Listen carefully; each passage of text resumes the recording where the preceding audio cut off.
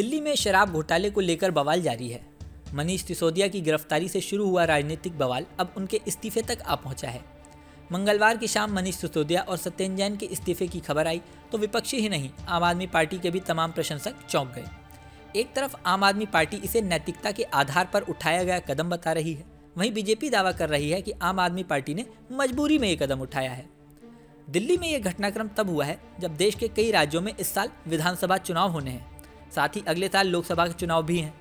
भाजपा ने ऐलान किया है कि वह घर घर जाकर सिसोदिया के कथित भ्रष्टाचार को जनता को बताएगी।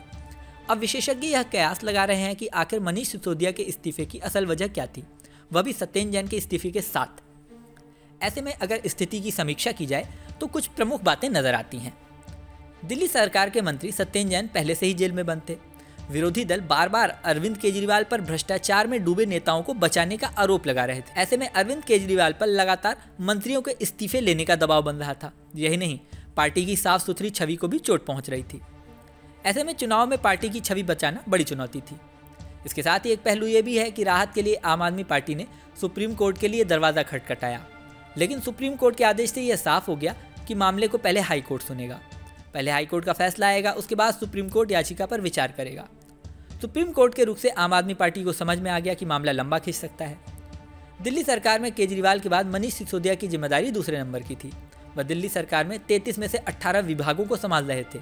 अब अगर उन्हें लंबे समय तक जेल में रहना पड़ा तो दिल्ली में शिक्षा, स्वास्थ्य, बिजली, पानी व लोक निर्माण विभाग जैसे अहम विभागों के कामकाज प्रभावित होते। इन विभागों के जरिए जनता सीधे प्रमुख योजनाओं से जुड़ी हुई है। ऐसे में सिसोदिया के जेल जाने से दिल्ली में प्रमुख योजनाओं की रफ्तार सुस्त पड़ सकती है। माना जा रहा है कि दिल्ली सरकार का कामकाज सुचारू रूप से चले और जनता से किए वादे पूरे किए जा सके, इसलिए भी मंत्रियों के इस्तीफे का दबाव बना था। इसी के साथ दावा तो यहाँ तक किया जा रहा है कि केजरीवाल ने सिसोदिया और सत्येंद्र जैन का इस्तीफा लेकर एक साथ कई चुनौतियों का जवाब देने की कोशिश की है। हालांकि ये अगर सचमुच जवाब देने की कोशिश है तो कितनी कारगर होगी, ये भी एक बड़ा सवाल है। यहाँ पर दिल्ली विधानसभा में नेता प्रतिपक्ष राम सिंह विधुड़ी ने जो कहा वह भी महत्वपूर्ण बात है। उन्होंने कहा कि भाजपा के दबाव के बाद मुख्यमंत्री अरविंद केजरीवाल को भ्रष्टाचार के आरोपों में लिप्त अपने 2 मंत्रियों से मजबूरी में इस्तीफा लेना पड़ा है। उनके पास अब कोई रास्ता ही नहीं बचा था। सत्येंद्र जैन पिछले 9 महीनों से जेल में बंद थे, जिनकी जमानत ही नहीं हो रही थी। इसके बावजूद केजरीवाल ने उनको मंत्री बनाए रखा था। मनीष सिसोदिया के खिलाफ भी भ्रष्टाचार के कई मामले सामने आ चुके हैं। अब जब पानी सिर से ऊपर गुजरा तब उनको हटाया गया है। अब इन सारे पहलुओं के बीच में दिल्ली की राजनीति तेज होती जा रही है।